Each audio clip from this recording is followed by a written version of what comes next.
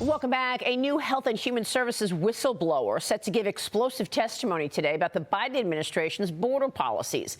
Tara Lee Rodas preparing to tell lawmakers the United States has become the middleman in a multi-billion-dollar migrant child trafficking operation at the border.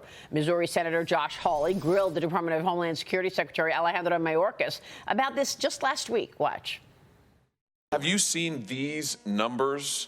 These are reports of trafficking and abuse of migrant children.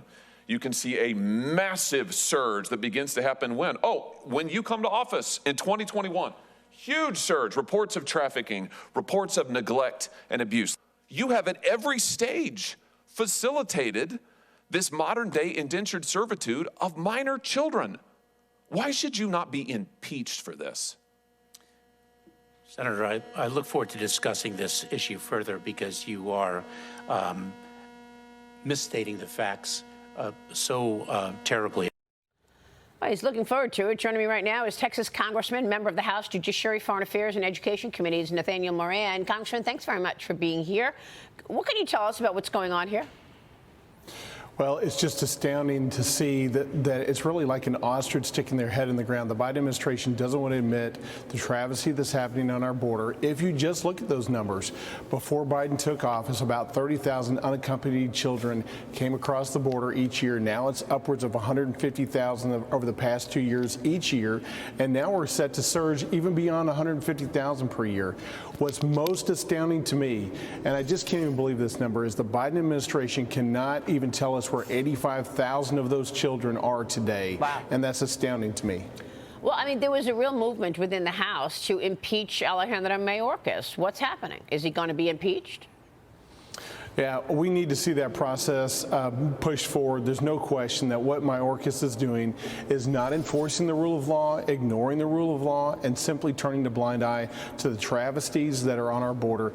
It truly does rise to the level of an impeachable offense. All right, let me move on to the business at hand today. House Speaker Kevin McCarthy is efforting to get a vote on the GOP debt ceiling bill as soon as today or tomorrow. Are you voting yes for this bill? Do you think the Speaker has the votes to pass the House? Right now, I support that bill. I think we're going to get there. This is really important. We've got to get something on the table to send over to the Senate side of Congress so that we can begin to negotiate with the president as well, who has refused to come to the table and negotiate.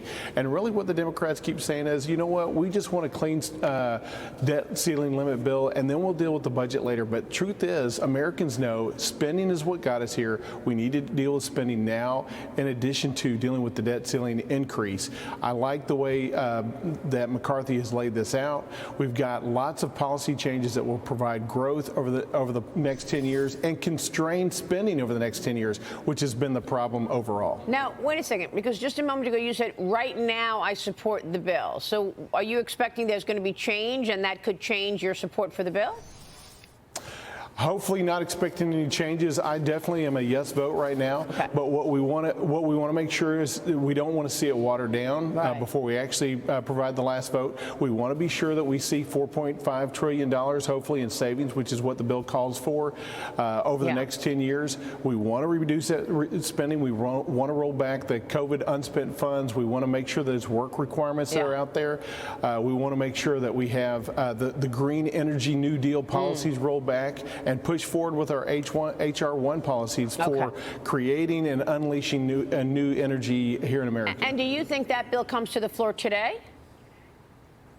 I think we're probably going to see that come to the floor tomorrow. We'll see how that comes through, but I bet you that comes to the floor tomorrow. We'll see. Cheryl, jump in. Well, Congressman, I wanted to get your take. I mean, obviously, there's a lot of pushback from some within the Republican Party, in particular the Iowa Republicans that are pushing back. You mentioned rolling back green energy, like tax credits in particular for ethanol, but those Iowa Republicans as a group reportedly are pushing back against that. Can you talk about some of the inner workings right now in those conversations that happened throughout the night?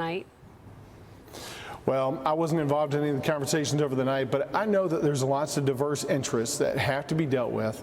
McCarthy's doing a great job leading our party through with a narrow majority of trying to find that sweet spot to get to 218 so we can pass it over to the Senate and say, look, now the ball's in your court. We've got to negotiate and get this done before we get to a critical time period here in the next couple of months. Yeah, well, we'll see what the Senate does. It doesn't look like you've got a willing partner in all of this in the White House. We know that. But I want to switch gears and ask you about the Biden investigation underway. FoxNews.com is reporting there are new emails from back in 2015 where Hunter Biden was setting up White House meetings with Antony Blinken, who was serving as the then Deputy Secretary of State under President Obama. The emails also show Hunter was updating his business partner and fellow Burisma board member Devin Archer about the meetings. Congressman, we know now that it was Antony Blinken who organized that letter of the 51 spies who lied to say that the Biden laptop was misinformation. He got a big job. He's Secretary of State.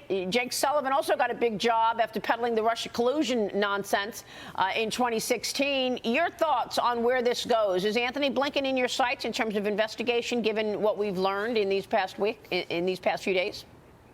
I think everybody's in our sights when it comes to that. Certainly, where there's smoke, usually there's fire, and we've seen a whole lot of smoke here with Antony Blinken and his connection to the disinformation campaign about the Hunter Biden laptop mess. Certainly at the very beginning of this story, everybody said, oh, no, this is disinformation from the Russians. Truly, it wasn't the Russians. It was disinformation from the Democrats about what was going on between Hunter Biden and Ukraine and how the Biden family was benefiting from his transactions in Ukraine. Yeah. All right, Congressman, we're going to keep a spotlight on it. Thanks very much for being here. Nathaniel Moran joining us this morning in D.C. Thank you, sir.